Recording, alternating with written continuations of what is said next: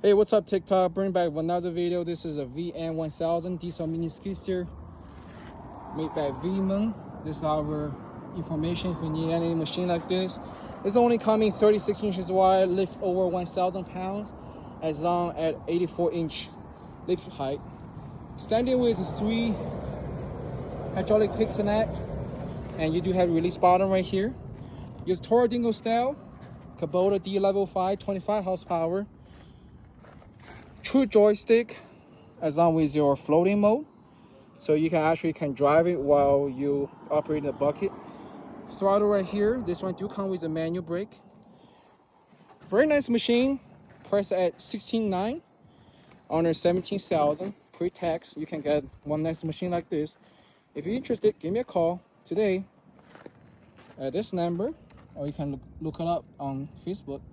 Thank you for watching.